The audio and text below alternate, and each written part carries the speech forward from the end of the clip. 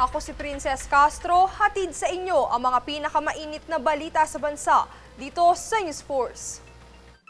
Sa ulo ng mga balita, higit 5,000 bagong kaso ng HIV na itala ngayong ikatlong quarter ng taon. OFW Pass, magagamit na via digital platform. Pagpapalawig sa EDCOM 2, pinaburan ng Senado. Agarwood Industry, pinalalakas sa bansa. Industriya ng pelikulang Pilipino, layong palawigin. Pilipinas, nakasungkit ng mga medalya sa WorldSkills Asia Taipei. Patas at pantay na balita, komprehensibong ulat para sa pulso ng masa. Ito ang News Force.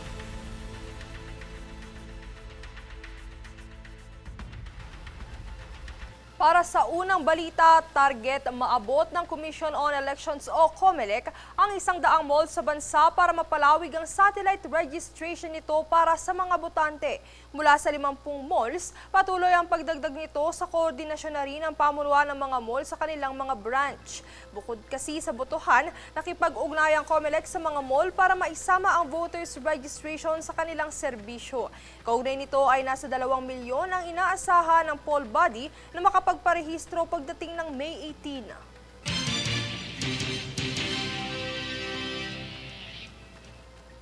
Samantala, opisyal nang mapapalitan ng Digital OFW Pass ang dating Overseas Employment Certificate o OEC na layong gawing mas mabilis at mas magaan ang proseso para sa mga umaalis na OFW.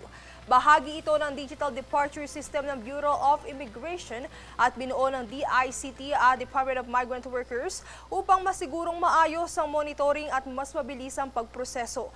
Sa pamamagitan ng eGov.ph app, maaaring makakuha ng QR code na magsisilbing exit clearance ng OFW, paperless, hassle-free at mas secured.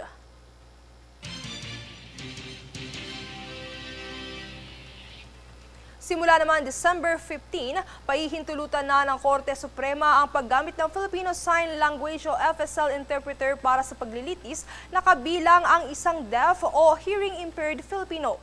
Isang listahan ng accredited FSL interpreters ang ibibigay kada taon ng lahat ng korte. Ngunit maaari ring kumuha ng sariling accredited interpreter ang hearing-impaired basta't may pahintulot sa kabilang kampo. Papayagan din ang remote interpreting sakaling walang available na on-site interpreter kung ang paglilitis ay maikli lamang at walang testimonya o hindi sensitibo ang kaso.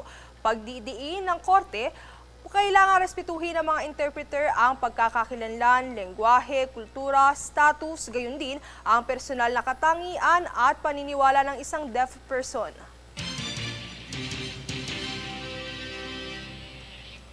Sa ibang balita, nakapagtala ang Department of Health o DOH ng higit 5,500 na bagong kaso ng Human Immunodeficiency Virus o HIV ngayong ikatlong quarter ng taon.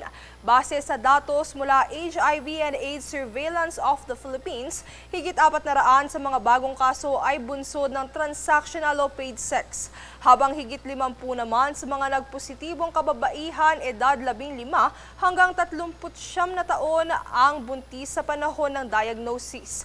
Samantala, patuloy pa rin ang National Capital Region sa may pinakamataas na naitalang bilang ng bagong kaso ng HIV.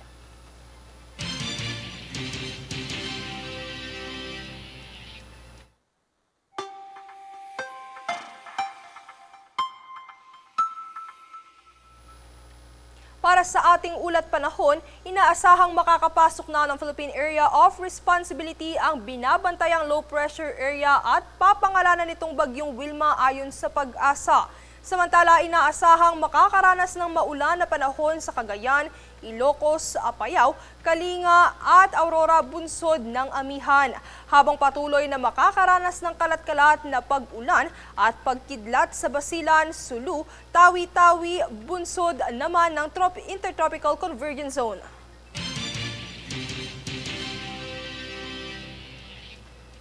Susunod sa News Force. Siyam na Pilipinong tripulanteng bihag ng Houthis malapit ng palayain ayon sa DFA.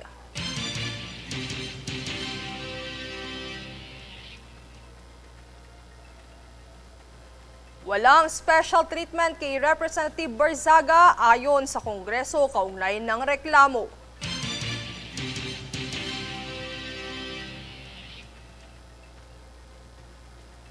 Pagpapalawig sa EDCOM 2, pinaboran ng Senado.